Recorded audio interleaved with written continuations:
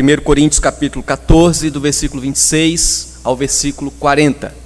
Diz assim a palavra do Senhor: Que fazer, pois, irmãos, quando vos reunis? Um tem salmo, outro doutrina, este traz revelação, aquele outra língua, e ainda outro interpretação. Seja tudo feito para edificação. No caso de alguém falar em outra língua, que não sejam mais do que 2, ou quando muito 3, e isto sucessivamente, e haja quem interprete. Mas não havendo intérprete, fique calado na igreja, falando consigo mesmo e com Deus. Tratando-se de profetas, falem apenas 2 ou 3, e os outros julguem. Se, porém, vier revelação a outrem que esteja assentado, cale-se o primeiro. Porque todos podereis profetizar um após outro, para todos aprenderem e serem consolados. Os espíritos dos profetas estão sujeitos aos seus próprios profetas. Porque Deus não é de confusão, e sim de paz, como em todas as igrejas dos santos. Conservem-se as mulheres caladas nas igrejas, porque não lhes é permitido falar, mas estejam submissas, como também a lei o determina. Se, porém, querem aprender alguma coisa, interroguem em casa a seu próprio marido, porque para a mulher é vergonhoso falar na igreja. Porventura, a palavra de Deus se originou no meio de vós, ou veio ela exclusivamente para vós outros? Se alguém se considera profeta ou espiritual, reconheça ser mandamento do Senhor o que vos escrevo. E se alguém o ignorar, será ignorado. Portanto, meus irmãos, procurai com zelo o dom de profetizar, e não proibais o falar em outras línguas. Tudo, porém, seja feito com decência e ordem. Oremos. Ó Pai, nós agradecemos a Ti pela Tua palavra lida, que ela seja, ó Deus, aplicada em nossos corações para a nossa edificação. Pedimos isto em nome de Jesus. Amém. Meus irmãos, nós temos tido a oportunidade de meditar nas exposições desta primeira carta de Paulo aos Coríntios, e certamente temos aprendido com as exortações de Paulo diante dos problemas que aquela igreja enfrentava, que certamente são problemas que estão presentes em todas as gerações, certamente são problemas que muitas vezes se encontram na nossa época, muitas vezes até mesmo na nossa própria realidade. Quando nós começamos a meditar a partir do capítulo 14 desta primeira carta de Paulo aos Coríntios, nós percebemos que do capítulo 11 até o versículo 14, Paulo trata com a igreja de Corinto a respeito de questões que estão intimamente relacionadas ao culto, relacionadas ao momento em que o povo se encontra na igreja para cultuar a Deus.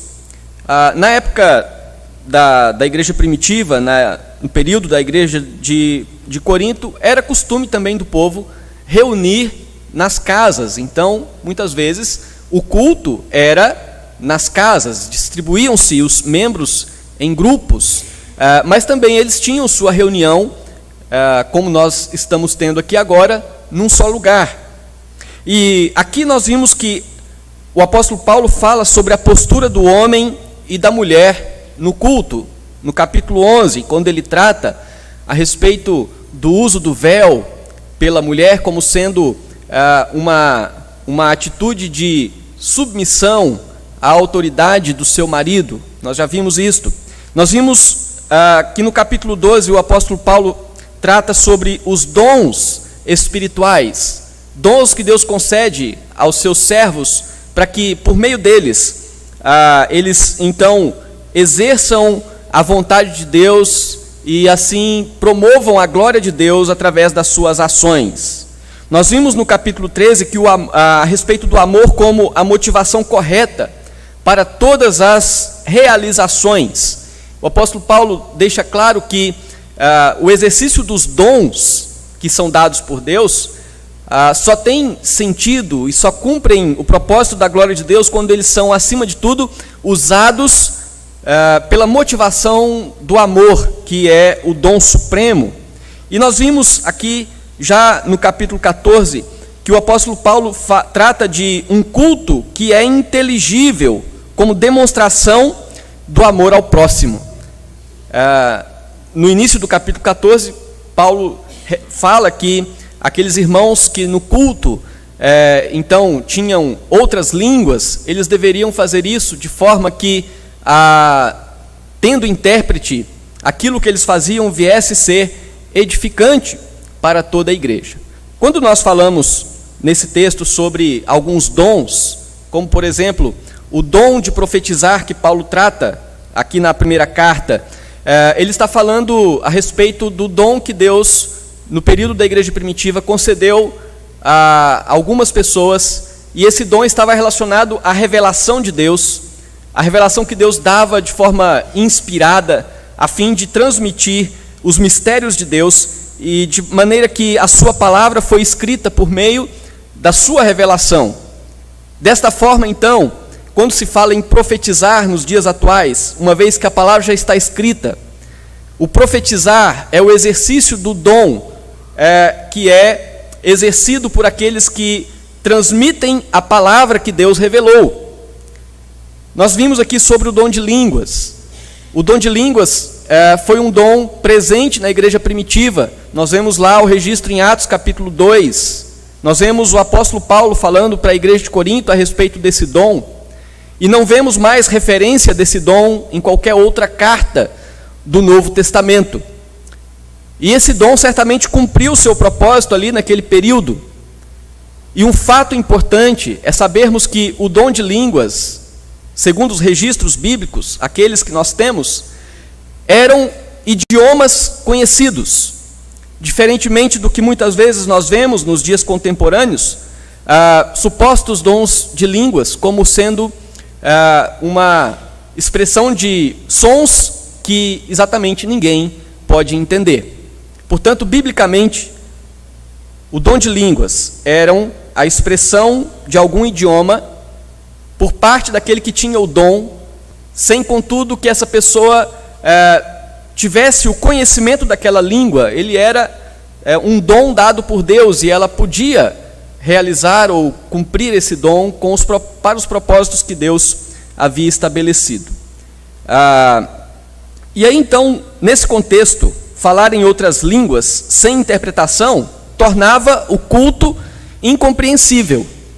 Então, quando alguém no culto expressava ali alguma coisa em outras línguas, se não houvesse interpretação, ninguém entendia e o culto ficava incompreensível e não havia edificação. Por outro lado, profetizar ou explanar a palavra de Deus de forma clara também é uma ação que promove edificação.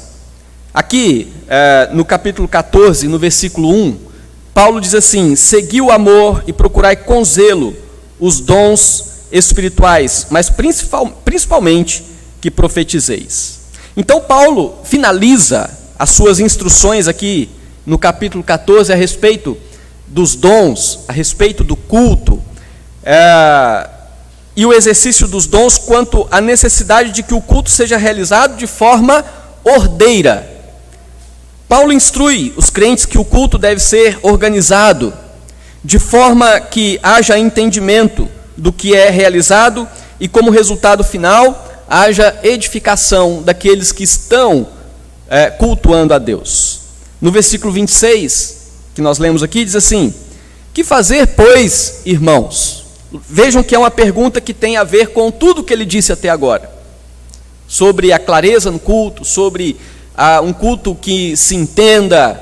Então ele diz: que fazer, pois, irmãos? Quando vos reunis, um tem salmo, e aqui é uma referência ao cântico. Os salmos eram cantados. Então ele fala: um tem salmo, outro doutrina. Aqui uma referência ao ensino. Este traz revelação, palavra de Deus. O ensino é a expressão da palavra de Deus. Aquele, outra língua, e ainda outro, interpretação. E aí ele diz: seja tudo feito para edificação. Tendo isso em mente, nós podemos refletir nesse texto sobre alguns critérios que definem o culto segundo a vontade de Deus. Paulo nos expressa e mostra para a igreja de Corinto alguns critérios que definem o culto segundo a vontade de Deus. E é bom nós sabermos que quando a igreja se reúne para cultuar a Deus, esse culto não é e não deve ser realizado segundo o que nós achamos, ou conforme nós imaginamos que deve ser o culto. Porque na palavra do Senhor, Ele já registrou, Ele já nos ensina como que deve ser o culto. E aí então o apóstolo Paulo vai, nesse texto, como inspirado por Deus, estabelecer esses critérios para um culto segundo a vontade de Deus. Então, um dos critérios que nós podemos aprender aqui é que o culto precisa ter normas para manter a ordem e gerar edificação. O culto a Deus precisa ter normas para manter a ordem e produzir edificação. Nós vamos ver isso aqui a partir do versículo 27.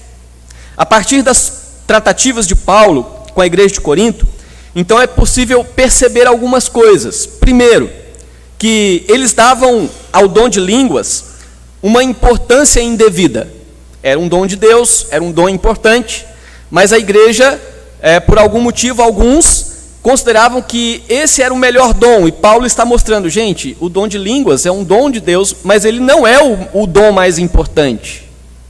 O dom da profecia, o dom da explanação da palavra, esse é o dom que vocês devem procurar, porque ele traz a edificação. Mas os irmãos ali davam ao dom de línguas a importância indevida.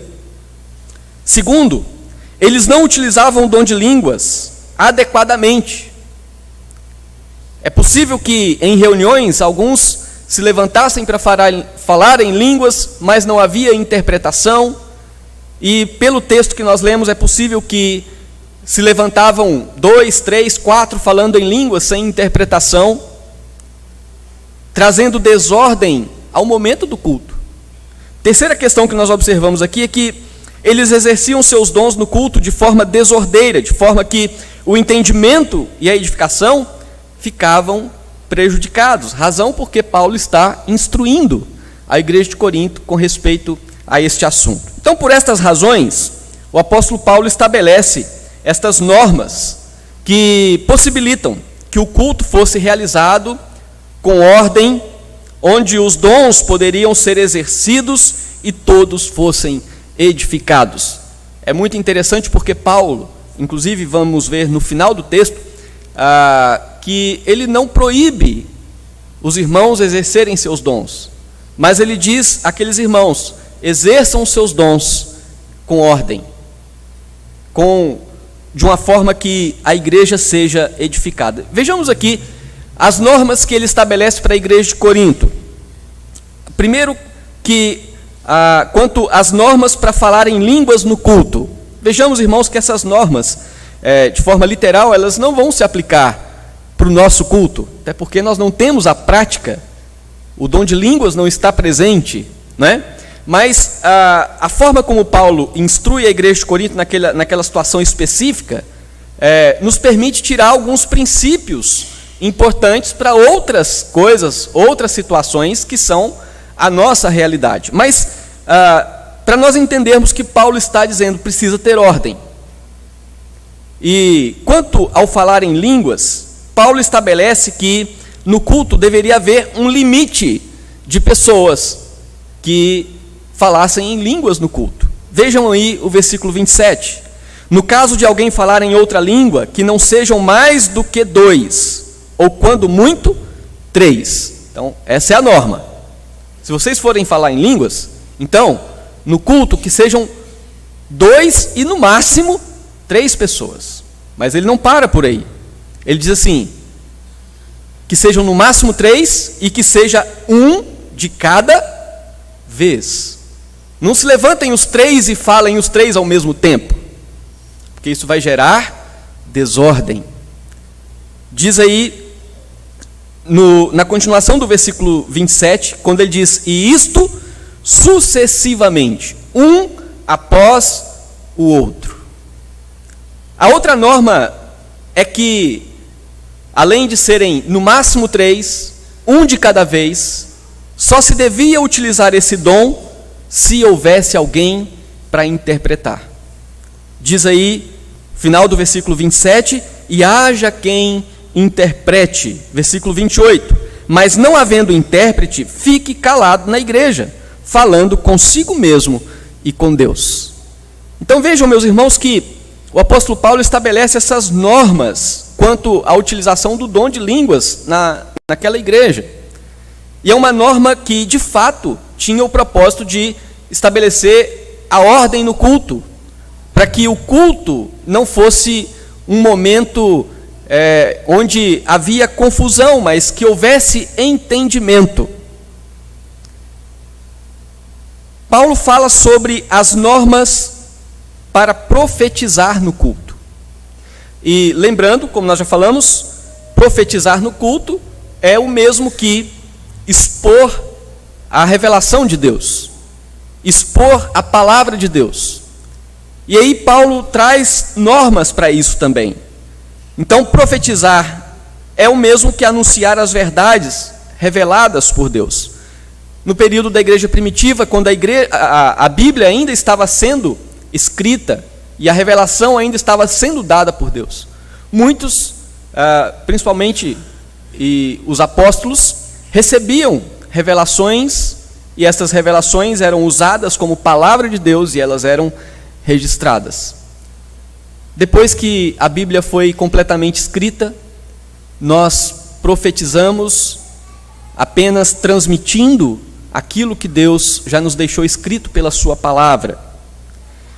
E da mesma forma, Paulo fala que no momento em que a palavra fosse ser exposta, deveria haver também um limite de pessoas que viessem expor a revelação de Deus. Versículo 29 diz assim: tratando-se de profetas, falem apenas 2 ou 3.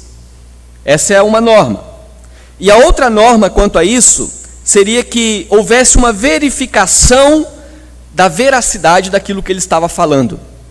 Então ninguém deveria se levantar no culto e viesse falar em nome do Senhor sem que aquilo que ele falasse de fato estivesse em consonância, em acordo com aquilo que Deus de fato estivesse falando. No versículo 29 diz assim, depois que ele diz que tratando-se de profetas falem apenas 2 ou 3, e os outros julguem. Os outros quem? Os outros que tinham também o dom da profecia. Os outros profetas que estavam naquele momento calados, enquanto ouviam aquele que trazia a revelação de Deus, que trazia a palavra de Deus, eles deveriam julgar aquilo que ele estava falando.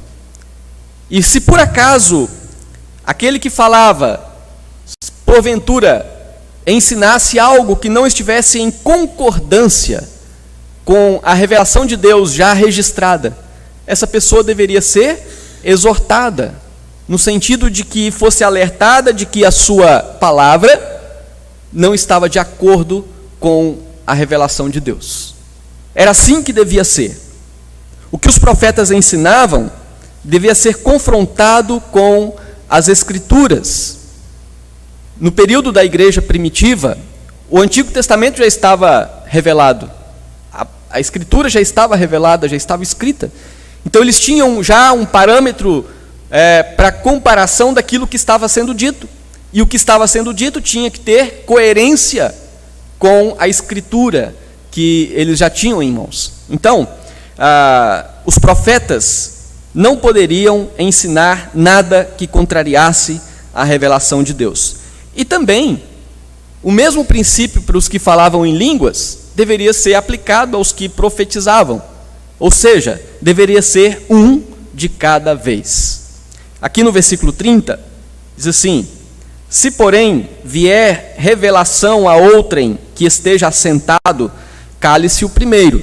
Então, Um estava falando, se alguém daqueles que também tinham o dom da profecia, o dom de explanar a palavra, se ele se manifestasse dizendo que tinha uma revelação, então aquele que estava falando dava lugar para o outro.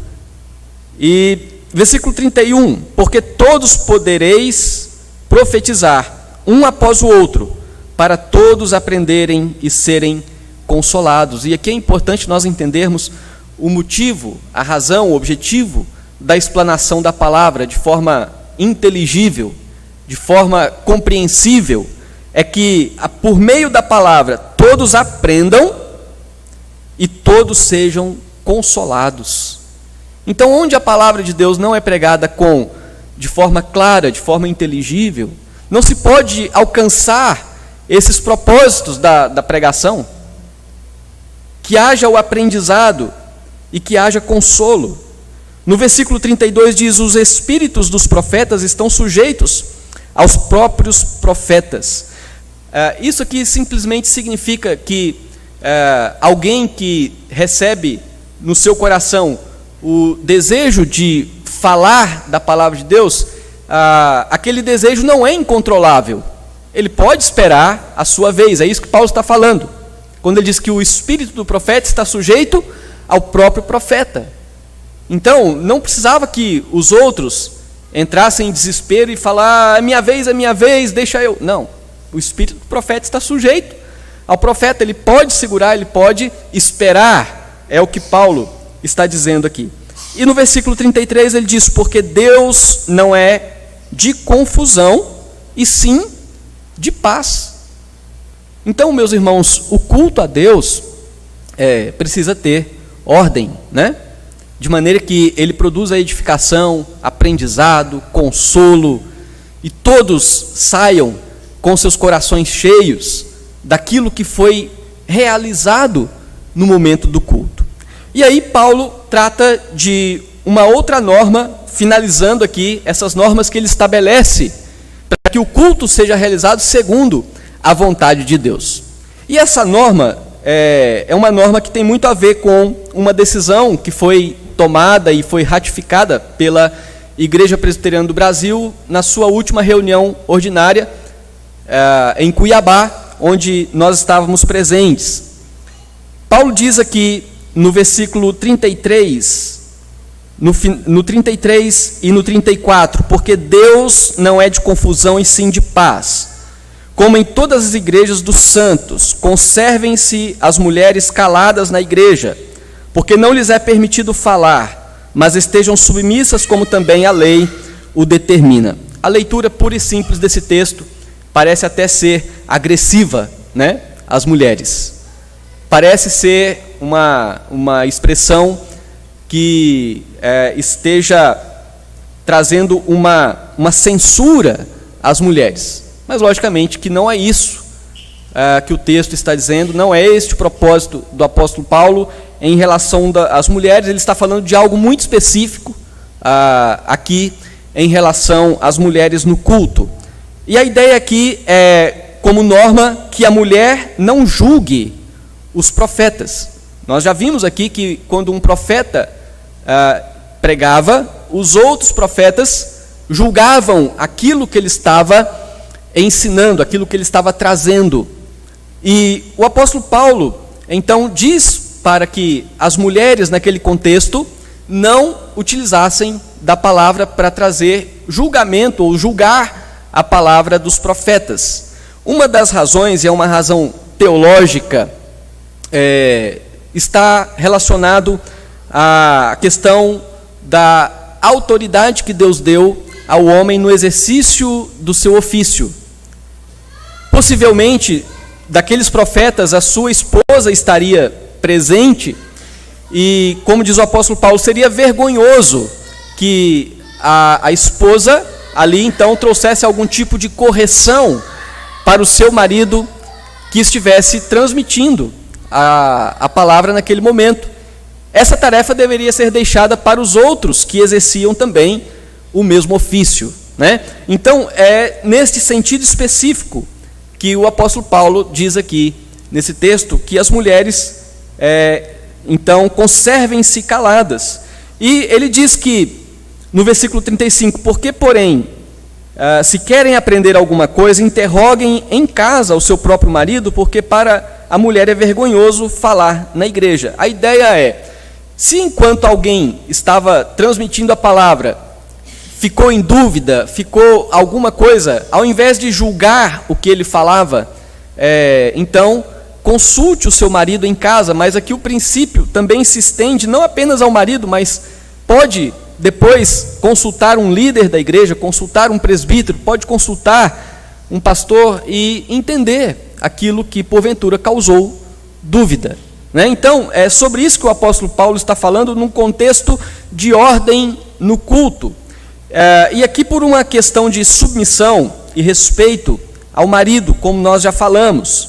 Quando Paulo diz que as mulheres deveriam ficar caladas no culto, está dizendo que, por questão de submissão e respeito ao seu marido, não deveriam julgar os ensinos, né? E aí, então, nós trazemos aqui um resumo da decisão tomada pela reunião ordinária do Supremo Concílio em 2022, recentemente, com respeito à participação da mulher no culto quanto à pregação. O Supremo Concílio, a Igreja Presbiteriana já tinha uma decisão quanto a isso. Essa decisão foi atualizada, foi reformulada, e aí então nós compartilhamos, entendendo que o momento é propício, uma vez que o texto já está falando sobre isso, e é uma oportunidade para nós compartilharmos isso. Primeiro, na decisão do Supremo Concílio, se reconhece que homem e mulher são iguais em essência e valor.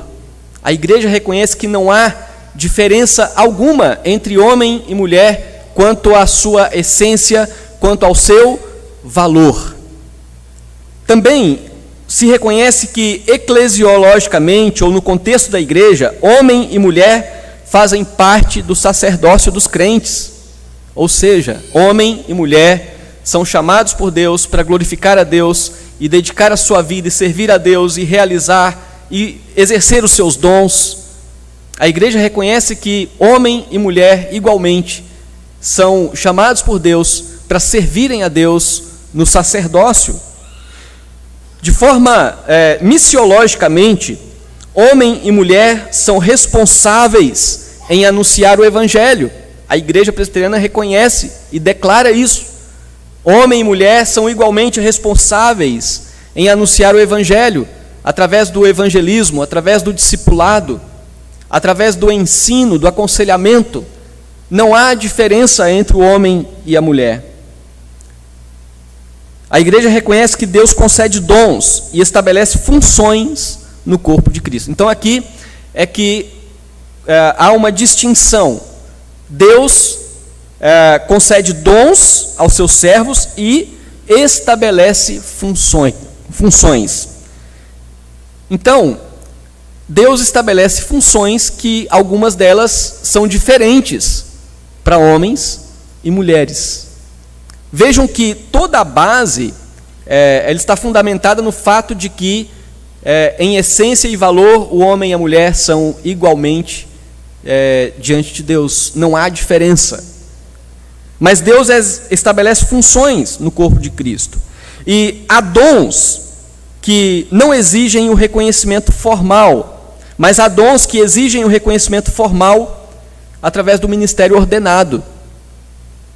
Então, o exercício de alguns dons exigem que aquele que vai exercer aquele dom seja ordenado para o exercício de um ofício, no caso aqui, os presbíteros.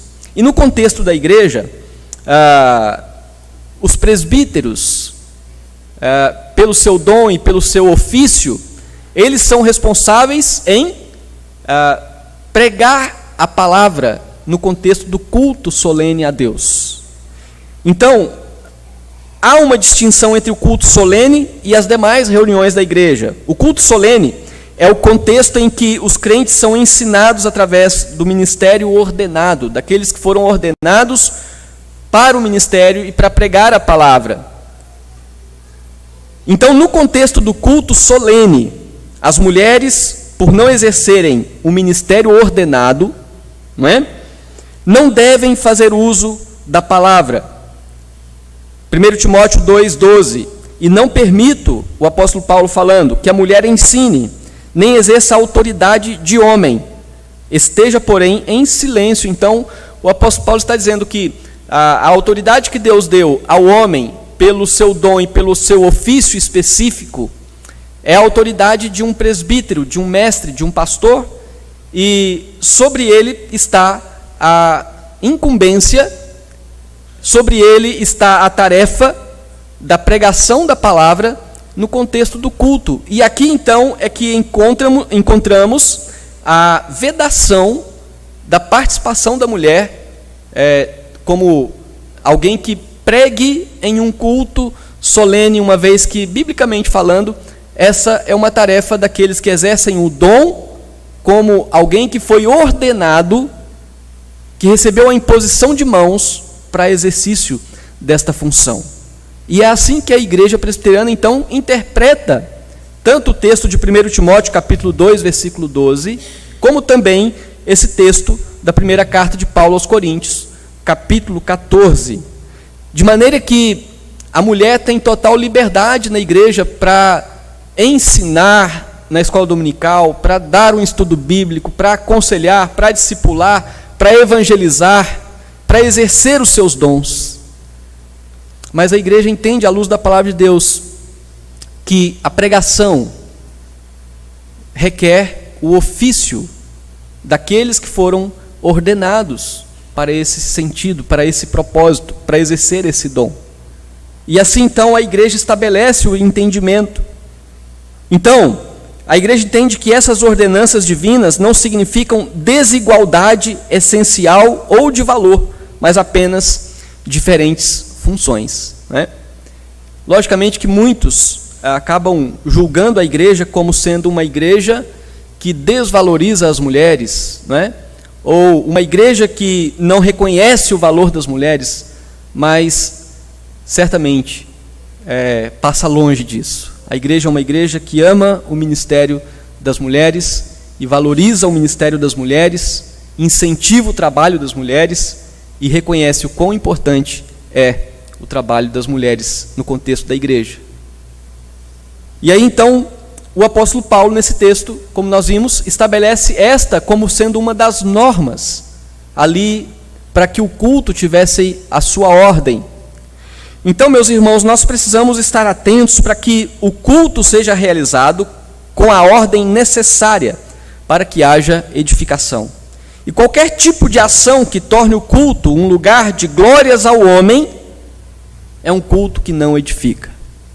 Qualquer coisa, no caso ali da igreja de Corinto, existia o dom de línguas que era praticado de forma errada, os profetas e assim por diante, que muitas vezes traziam glória ao homem e não edificava. Para nós, qualquer coisa, qualquer ação da nossa parte que deixe de produzir a glória de Deus e traga glória e holofotes para nós, deve ser considerado como algo que não edifica e que traz desordem ao culto. Qualquer tipo de ação que impossibilite a compreensão do culto não edifica. Vejam que, então, nós vemos aqui que esse é um critério estabelecido para que o culto aconteça segundo a vontade de Deus, É preciso que haja ordem no culto.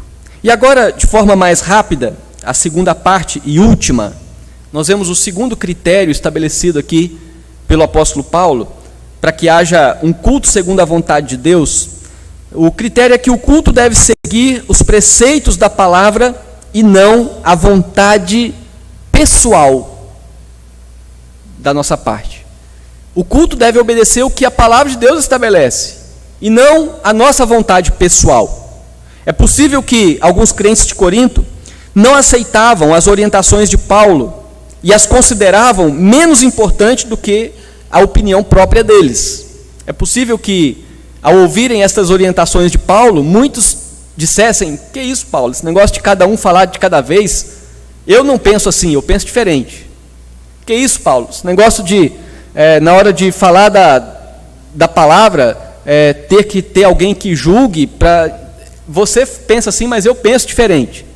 É possível que alguns estivessem agindo dessa forma. Contudo, o que eles não estavam levando em conta era que as orientações de Paulo não eram gostos pessoais dele, mas eram orientações inspiradas por Deus. As orientações que Paulo traz são orientações inspiradas.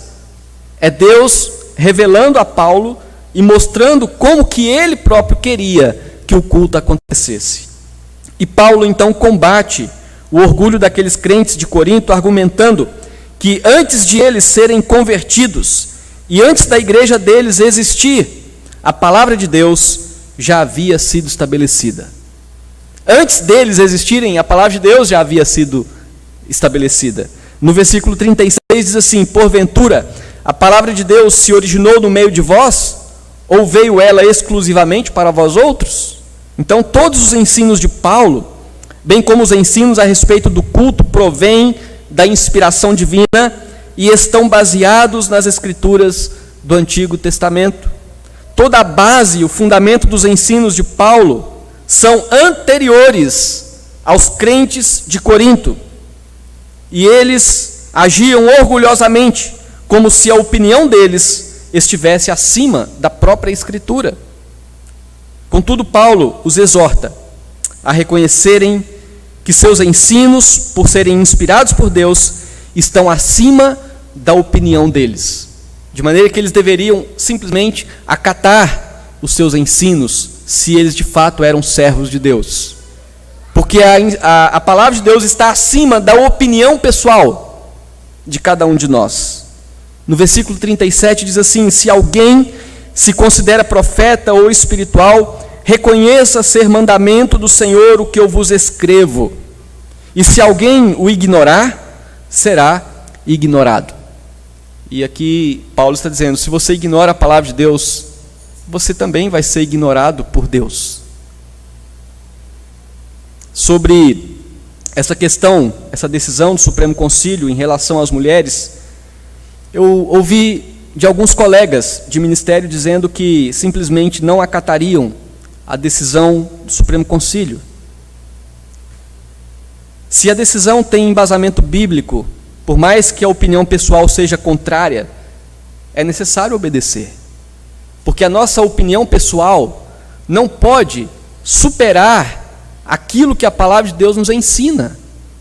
Nós temos que adequar a nossa posição pessoal ao ensino da palavra, e não o contrário. E é isso que Paulo está falando aos crentes de Corinto, que naquele momento então queriam se revoltar contra o ensino de Paulo.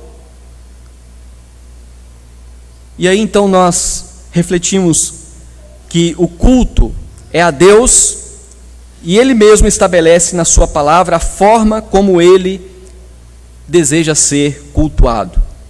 Nós não podemos inserir no culto elementos não autorizados pela palavra de Deus, baseados em nossa opinião pessoal. Eu não posso inserir no culto a Deus coisas que não são autorizadas pela palavra de Deus, com a justificativa que eu acho que tem que ser assim. Eu acho que assim ficaria bom.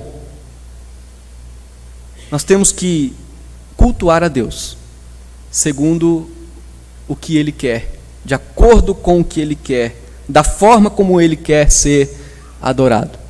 E pensando em elementos do culto a Deus, a Bíblia nos traça para nós alguns elementos que são revelados por Deus e que estão presentes no culto. E basicamente esses elementos são orações, cânticos ou salmos, como diz o apóstolo Paulo, leitura da palavra, sacramentos. Basicamente os elementos do culto revelados na sua palavra são esses.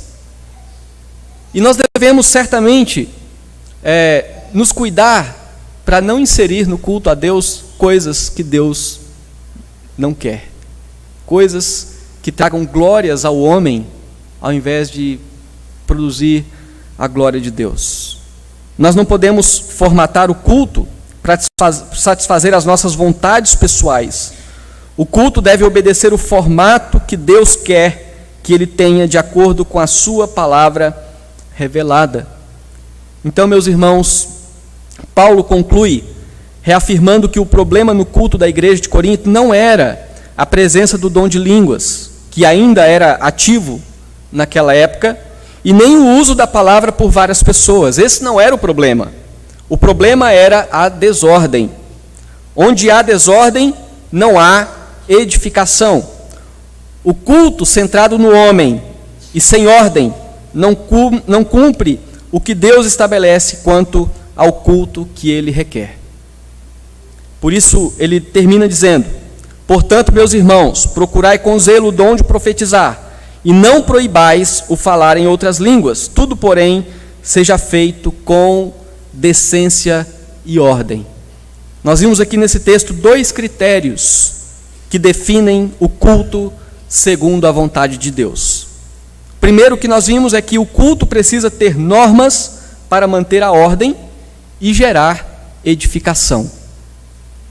Segundo, o culto deve seguir os preceitos da palavra e não a vontade pessoal de cada um de nós. Simplesmente nós temos que obedecer a palavra e fazer o que Deus quer e não aquilo que nós achamos melhor. E que assim então o Senhor nos ajude a dedicarmos nossa vida e no contexto do culto a Deus, nós expressarmos o mais próximo daquilo que Deus requer de nós. Que os nossos cultos sejam sempre edificantes, sejam sempre teocêntricos, que Deus seja o alvo da nossa adoração, do nosso louvor, que o nosso objetivo no culto, em todas as partes desse culto, seja que Deus seja glorificado, e que todos entendam, e que todos participem, e que todos sejam abençoados nesse momento do culto ao Senhor. Que Deus nos abençoe. Amém.